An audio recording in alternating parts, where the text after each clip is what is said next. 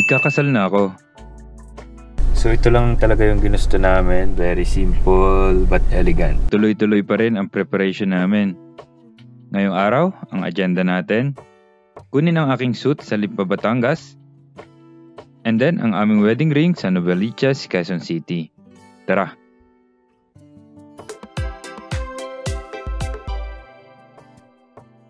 Maaga kami nag-road trip ni Jay. Sa Lipa, Batangas kami nagpunta. Ang pinagpatahian ko, dito rin nagpatahi ang kuya ko nung kinasal siya. Eh di damay-damay na. Nagpunta na kami dito previously, namili at nagsukat. Kaya for second fitting na ito at claiming if okay na. Nagbihis lang ako sa likod nitong tela na pang magician. Hindi, joke lang. Then ang vest, necktie, at ang suit. Posing. Poging-pogi na. Muntik nang mapa-idol si Jay. Pinigilan ko laang.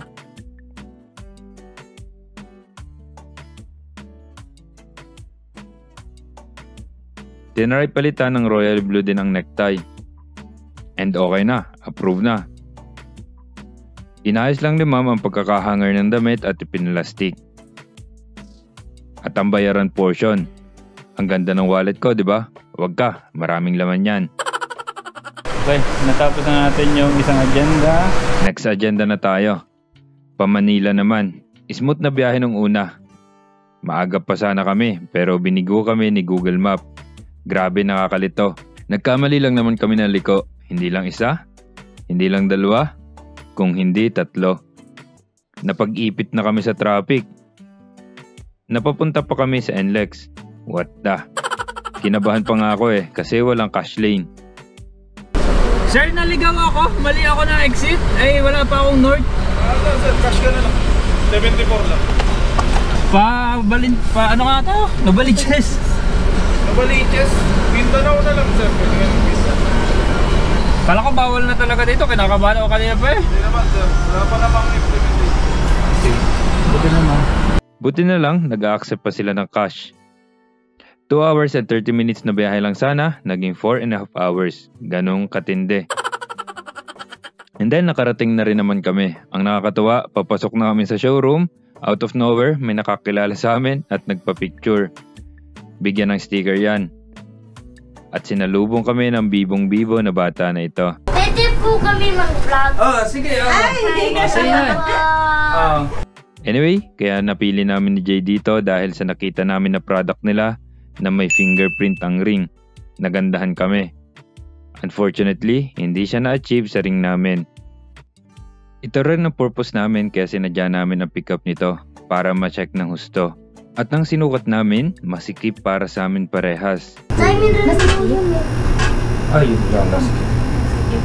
Do bumili talaga kami at gumamit kami ng same na panukat na ginagamit nila. Wala rin kasi kaming alam tungkol dito kaya siguro may loves din talaga sa side namin. Kaya obviously, kailangan siyang i-modify. Good thing, napakabait ni ma'am. Binigyan kami ng options. Nagbigay siya ng mga suggestion para mag-match ang magiging final outcome sa kagustuhan namin. Kaya lang, ang napansin ko kasi sir, malaki yung sa knuckle. So, kailangan talagang lakihan siya. Buti na lang, 1 week from this encounter, papunta sila sa San Juan, Batangas. Kaya pag na-finalize na talaga, doon ko na lang kukunin. In-inquire ko rin ang mga suggestions niya, lalo pa at madalas may hard labor ako sa farm. Sinukat ng paulit-ulit para talagang sure na. Paglabas namin, gabi na. At pauwi pa kami ng Quezon. Pero as long as magkasama kami, kayang-kaya. Nag-stopover lang kami sa Maxis SLEX para kumain. Gustong-gusto ko dito ang tofu sisig nila. At partner ng sinigang na bangus, panalo, pampagising sa napakahabang araw. Nag-stopover pa kami sa 7-Eleven para mag-chill ng konti. After a week, nagkita ulit kami ni ma'am sa Batangas para naman sa modified na ring. And it is way better. Pag pinag-usapan talaga ng mga ayos, magiging maayos din sa huli ang lahat. Maayos na ang design. Nga pala, hindi na siya may puso. Iniba namin siya last minute. And then, nagkasya na. Swak na swak. Dahil approve na, transfer na lang ang full payment. Mukha kaming nasa kung saan lang dyan, pero nasa harap kami ng malaking resort naman yung panahon na yan, kaya safe kami. Saka ko na ipapakita ang ring sa mismong wedding. Very simple lang pero very elegant. Umuwi na ako ng masaya at masaya rin si Jay sa outcome. Yun lang, peace.